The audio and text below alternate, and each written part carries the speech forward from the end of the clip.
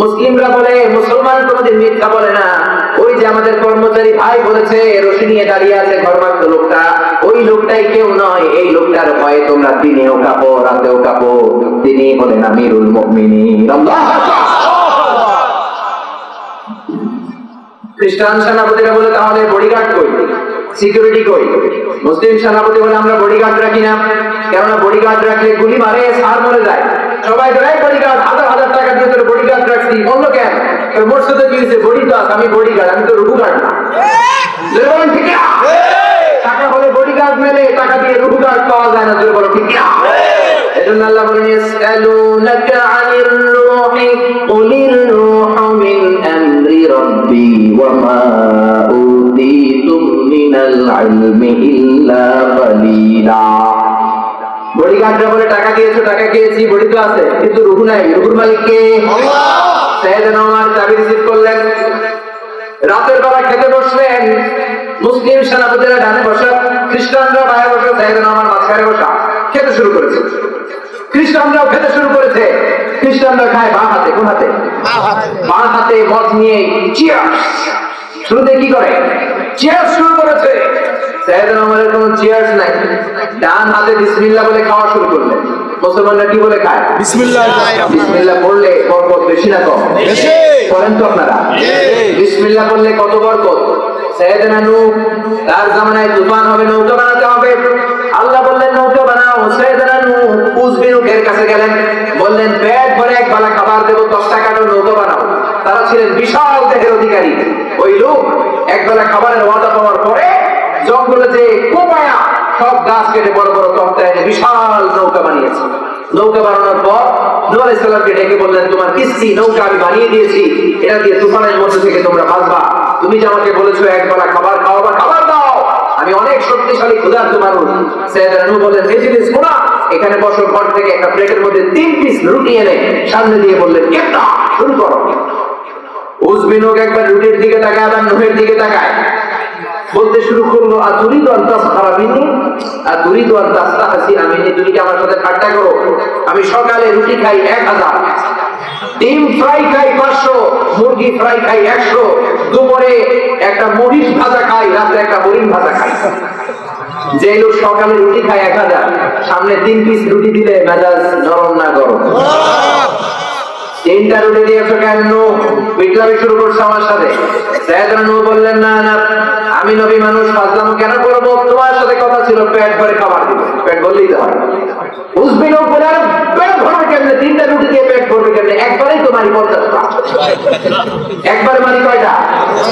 সকালে খাই 1000, একবারে মারি 50টা। 20 বার মেরে 1000 শেষ করি। ধরে বলেন ঠিক না? সাইয়েদনা নূহ বললেন এই যে দস্তরখান নিয়ে বসো। উজ বলে মা হুয়াল মাইদা, দস্তরখান আবার কি? সাইয়েদনা নূহ বললেন আজকে বুঝবা দস্তরখান কি।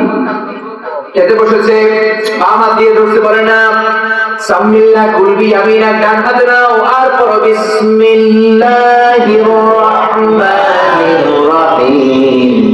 বিসমিল্লাহির রহমানির রহিম পড়ো। উজ বলে মা হিয়া, এটা আবার কি, কোন মন্ত্র? নূহ আলাইহিস সালাম বলেন আজকে বুঝবা কোন মন্ত্র।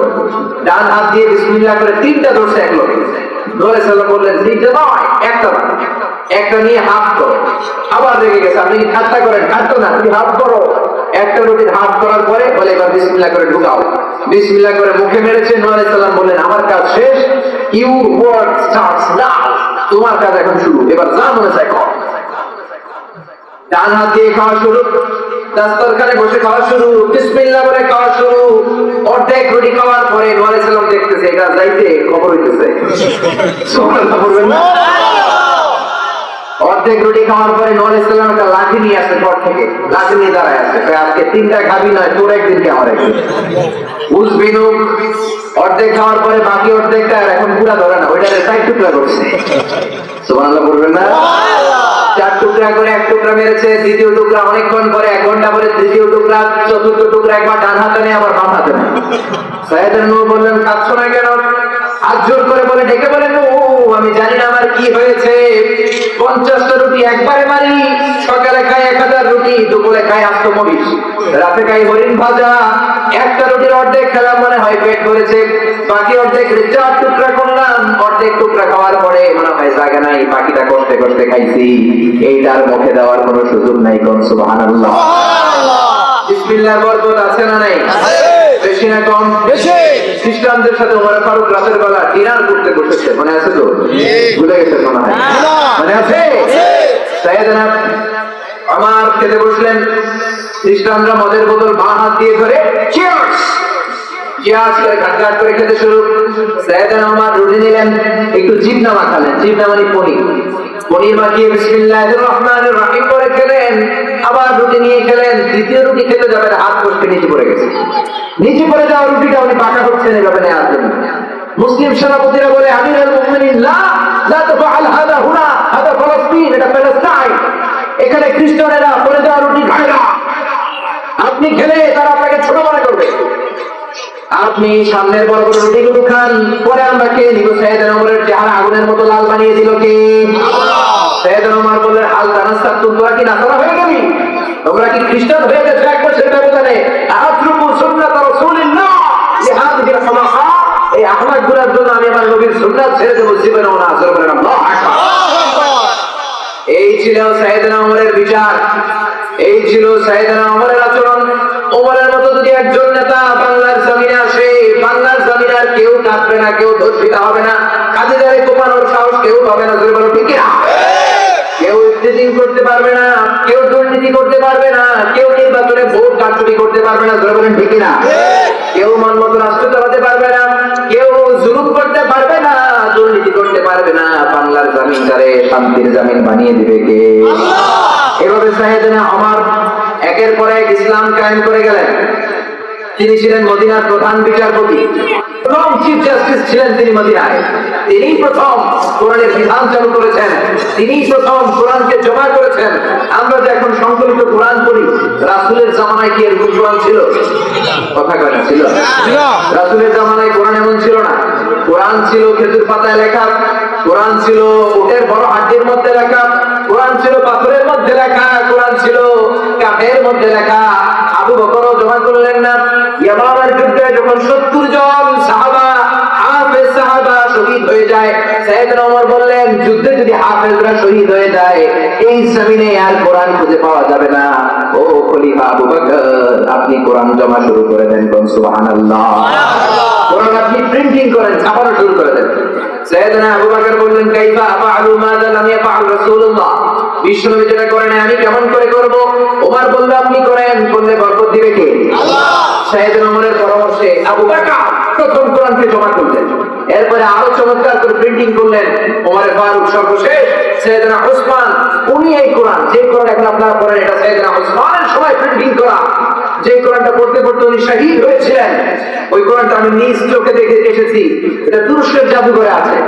আজ থেকে 10 বছর আগে বাংলাদেশের জাতীয় জাদুঘরে ওই কোরআনটাকে 1 সপ্তাহের জন্য দেখানোর সুযোগ দেওয়া হয়েছিল। 64 জেলা থেকে হুমড়ি খেয়ে পড়া মানুষ, সাইয়েদনা ওসমানের লাল টকটকে রক্ত লেগে আছে ওই কোরআনে। ওই কোরআনটা আজও আছে না নাই? সাইয়েদনা ওসমান ওই কোরআনটা নিলেন, জমা করলেন, বাকি সব কোরআনের কপি আগুন দিয়ে জ্বালিয়ে দিলেন, যাতে প্যাঁচ লেগে না যায়। সঠিক কোরআনের কপিটা 7 জায়গায় পাঠিয়ে দিলেন। ইয়ামানে একটা, মক্কা একটা, মদিনায় একটা, বাহরাইনে একটা, মিশরে একটা, কুফাতে একটা, সিরিয়ায় একটা, ফিলিস্তিনে একটা। করে বলেন আল্লাহু আকবার। এই সাইয়েদনা ওমর তিনি তারাবির বিধান চালু করেছেন 20 রাকাত করে। করে বলেন আল্লাহু আকবার। এরপরে তিনি মুসলিম সেনাপতিদের জন্য 4 মাস করে ছুটি কায়েম করেছেন। আগে মুসলিম সেনাপতিদের ছুটি ছিল না। উনি রাত্রে বেলা কে না খেয়ে পরে খোঁজ নিতে যেতেন ছদ্মবেশে। He was the pioneer in order to check how the citizen live their life. কেমন করে জনগণ থাকে, ছদ্মবেশে কে ঘুমানো কিনা না খেয়ে ঘুমানো, ছদ্মবেশে প্রতি রাতে খোঁজ নিতেন। আল্লাহু আকবার। আর আমাদের নেতাদের খোঁজ নেওয়া যায় না, ওনাদেরকে আমরা পাই না। জোরে কোন ঠিক কিনা? আমরা খোঁজ নিবে কি আমাদের পাশে বসে একটু সাহস যোগাবে, ওইটাও নাই। জোরে কোন ঠিক কিনা? এই জন্য নেতাদের জন্য দোয়ার দরকার আছে না নাই? তারা ছিলেন এমন নেতা, সারাদিন জনগণের খোঁজ নিতেন, জনগণের সেবা করতেন, আবার রাত্রিবেলা ছদ্মবেশে খোঁজ নিতেন। তাহাজ্জুদের সময় জায়নামাজে দাঁড়িয়ে কান্নার ঝড় তুলতেন। জোরে বলেন ঠিক কিনা? সাইয়েদনা ওমর এমন ব্যক্তি ছিলেন, রাত্রিবেলা খোঁজ নিতে নিতে মধ্যরাত, সারা রাত ছদ্মবেশে খোঁজ নিয়ে ফিরে আসতেছেন। হঠাৎ দেখে এক মহিলা কাঁদে, বিরহের গান গায়, এত রাতে যদি ঘুম ভেঙে যায়, মনে পড়ে মোরে প্রিয়, চাঁদ হয়ে রব আকাশের গায়ে, বাতায়ন খুলে দিও। বলেন আল্লাহু আকবার। গানটা অনেকটা এরকমই ছিল। আরবিতে গান গাচ্ছেন, আয় আমার প্রিয় তোমা নেই, এত লম্বা রাত, সময় আমার কাটে না, পুরো বিছানা পড়ে আছে, আমার স্বামী নেই, বিরহের দিনগুলো কেন এত কষ্টের। সাইয়েদনা ওমরের কানে গান ঢুকলো। সাইয়েদনা ওমর বললেন, মান হিয়া এই মহিলাকে? সেনাবাহিনীর লোকেরা বলল, 1 বছর আগে আপনার সেনাবাহিনীতে যোগ দিয়ে জিহাদ করার জন্য, যুদ্ধ করার জন্য তার স্বামী ইতালিতে পাঠিয়েছেন, 1 বছর ধরে ফিরে আসে নাই, কারণ ছুটির ব্যবস্থা নাই। সাইয়েদনা ওমর বললেন, হায় হায়, আল্লাহ তোমার মাফ করবে না। নিজের মেয়ের কাছে গেলেন, বিশ্বনবীর স্ত্রী হাফসার কাছে যায়, বললেন, হাফসা, স্বামী ছাড়া একজন স্ত্রীর পক্ষে কয়দিন একা একা থাকা সম্ভব, তুমি বলো। হাফসা বললেন, সর্বোচ্চ 4 মাস, তার চেয়ে বেশি হলে সর্বোচ্চ 6 মাস, তা না হলে উল্টা পাল্টা হওয়ার সম্ভাবনা আছে না নাই? ও বোমা করার ভাইরা সব পরে থাকে সৌদি, বিবিরা থাকে শুধু ঘরে আর কান্দে, জোরে কোন ঠিক কিনা? সাইয়েদনা ওমর হাফসারে বললেন, হাফসা কয় মাস? লজ্জা ভুলে যে বাবার সামনে হাফসা বললেন, আব্বাজি আমিরুল মুমিনিন, আপনি জিজ্ঞেস করেছেন সর্বোচ্চ 4 মাস, তার চেয়ে যদি বেশি হয় 6 মাস। সাইয়েদনা ওমর পরবর্তী দিন গভর্নমেন্ট থেকে গ্যাজেট করলেন, সরকারি ফরমান জারি করে দিলেন, 4 মাস পরে পর মুসলিম মুজাহিদেরা যুদ্ধের মাঠ থেকে দেশে এসে 1 মাস ছুটি কাটিয়ে যাবে। চিৎকার করে বলেন আল্লাহু আকবার। কি সাইয়েদনা ওমরের ওয়েলফেয়ার স্টেট, কি করে তিনি ল এনফোর্সমেন্ট কে কাজে লাগিয়েছেন, জেলকে, প্রিজনকে কেমন করে কাজে লাগিয়েছেন বললে অবাক হয়ে যেতে হয়, জোরে বলেন ঠিক কিনা? সাইয়েদনা ওমর যদি দিনের বেলা কাউকে বলতেন এই কাজ করো না, জনগণকে যদি বলতেন এই কাজ করা যাবে না, করলে খবর আছে, রাতের বেলা ফ্যামিলির সবাইকে নিয়ে রাতের খাবারের পরে বলতেন, দিনের বেলা আমি জনগণকে এই কাজ করতে নিষেধ করেছি, খবরদার তোমরা যদি করো আমার মান ইজ্জত থাকবে না। জনগণ যদি এই অন্যায় করে, জনগণকে আমি যতটুকু শাস্তি দেবো, আমার ঘরের কেউ করলে আমি কিন্তু ডবল দিব। জোরে করে আল্লাহু আকবার।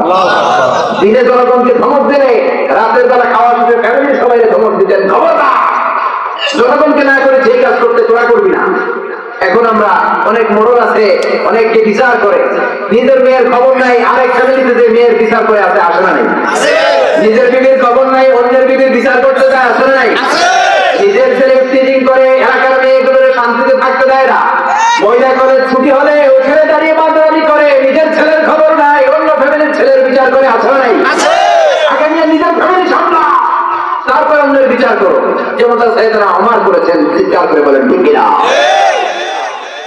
সাইয়েদনা ওমরের কাছে যদি কেউ কোনদিন বিচার নিয়ে যায়, কোনদিন বিচার থেকে খালি হাতে ফিরে নাই, এক ও আমিরুল মুমিনিন, আমার স্বামী আমাকে তালাক দিয়েছে, 100 তালাক। জোরে বলেন কয় তালাক? তালাক কি 100টা দেয়? কয়টা দেয়? 3 তালাক। জোরে বলেন 3 তালাক। 3 তালাক দেয়। সাইয়েদনা ওমর বললেন, তোর জামাইকে ধরে নিয়ে আয়। জামাই এসেছে, কেন তুমি 100 তালাক দিয়েছো? মহিলাটার স্বামী বলে, সাইয়েদনা ওমর রাগের ছুটে দিয়ে ফেলেছি। সাইয়েদনা ওমর বললেন, 3 তালাকে বিবি তালাক হয়ে যাবে, বাকি 97টা তোর পিঠে পড়বে। সুবহানাল্লাহ বলেন না? এরকম বিধান যদি চালু হয়ে যায়, কোনো অন্যায় থাকবে? কোনো জুলুম থাকবে? কোনো মারামারি থাকবে? কেমন বিধান চালু করেছিলেন, কেমন বিধান!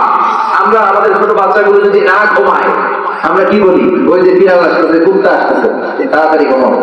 যদি না খায়, আমরা বলি যে বিড়াল আসে, বিড়াল, ঠিক না? বিড়ালের ভয় দেখায় খাওয়াইতে চাই না?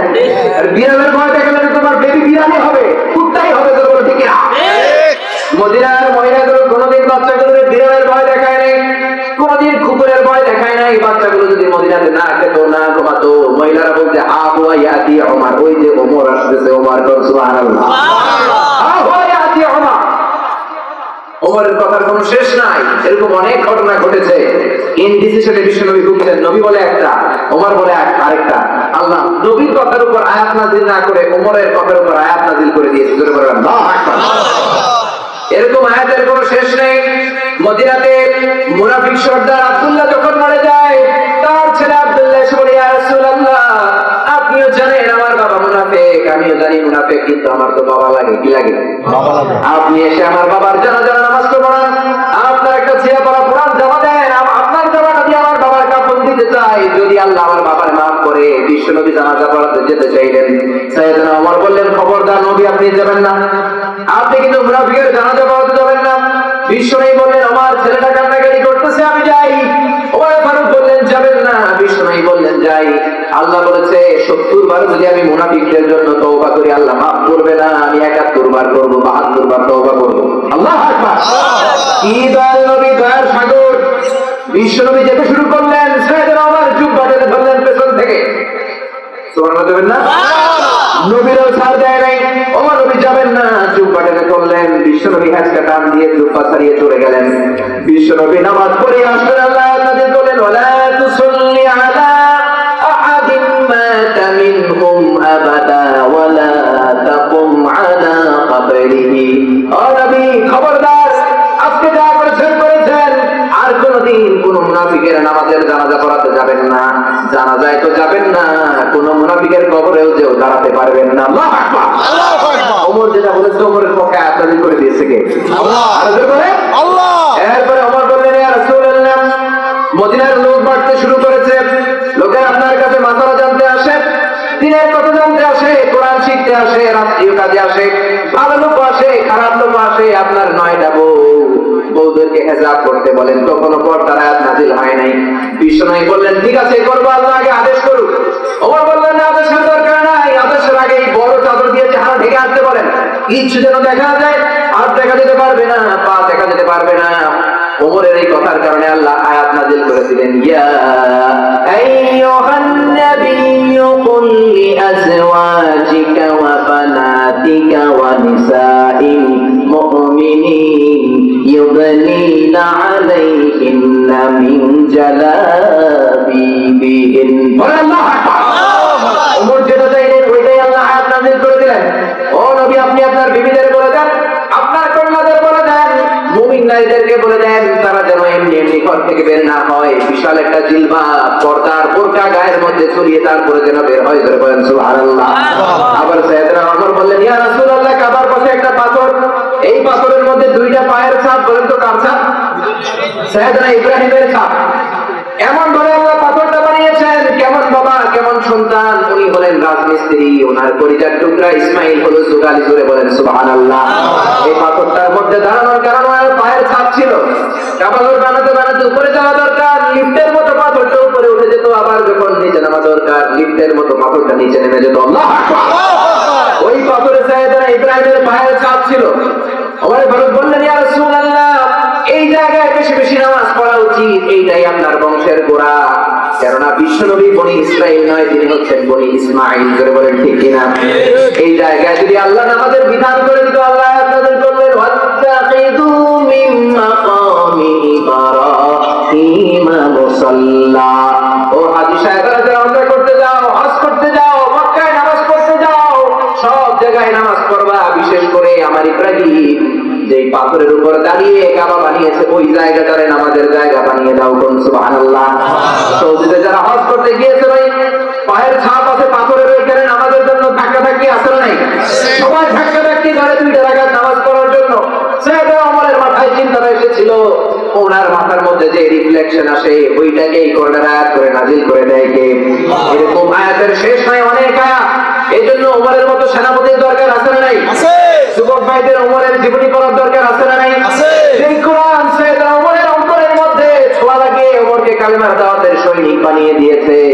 ওই কোরআন আজও আছে না নাই? আছে। জোরে বলেন আজও সেই কোরআন আছে, হাদিস আছে, সেই ঈমান আর মানুষ নেই, সেই আলী হায়দার উসমান নেই। আজানের ধ্বনি আছে আগের মতোই, আজানের ধ্বনি আছে আগের মতোই, বেলালের সেই রূহ নেই, বেলালের সেই রূহ নেই। আজ সেই কোরআন আছে, হাদিস আছে, সেই ঈমান আর মানুষ নেই, সেই আলী হায়দার উসমান নেই। আল্লাহু আকবার। ওই কোরআন আজও আছে, কিন্তু কোরআনের সৈনিক নাই। জোরে বলেন ঠিক কিনা? ওই আযান আজও আছে, কিন্তু বেলালের মতো মুয়াজ্জিন নেই। জোরে বলেন ঠিক কিনা? এজন্য আমাদেরকে কোরআন পড়তে হবে, কোরআন কোরআন বুঝতে হবে, কোরআন অনুযায়ী জীবন করতে হবে। রাজি আছো মুসলমান?